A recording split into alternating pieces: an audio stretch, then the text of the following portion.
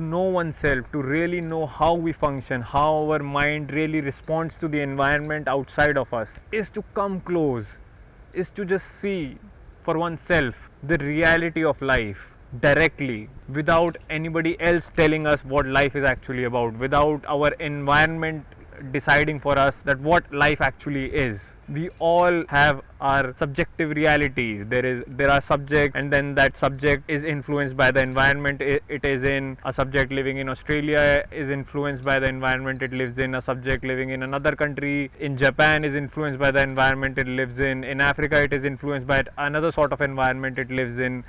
And all of this influence to one's own particular environment begins to form our realities, but those are our subjective realities. These subjects that were living in different places, and by the virtue of living in these places, they come to call the customs, the environment that these places had, their own reality. But these are subjective realities. The subject's reality to the place it was born in, that is a subjective reality.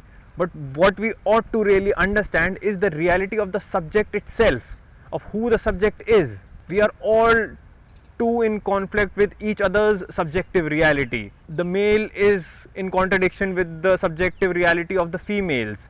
The poor is in contradiction with the subjective reality of the rich, and the white is in conflict with the subjective reality of the black. But what is the reality of the subject itself? Why we do not go into the reality of who the subject is and what actually is the substance this subject is made of? The inquiry in the subject alone would bring us close to the reality of life. Otherwise we would all be too occupied with our own particular subjective realities, which is nothing but like a film that is again in front of our eyes, and one has a blue film, other has a red film on top of his eyes, and then other has a green film. But we ought to remove all of these films and to see clearly, directly with our own eyes who we are, not through these films that we have on top of us, through these veils that we look at life, through these images that are given to us by our environment. To know our life directly, to have a direct contact with the life that we live,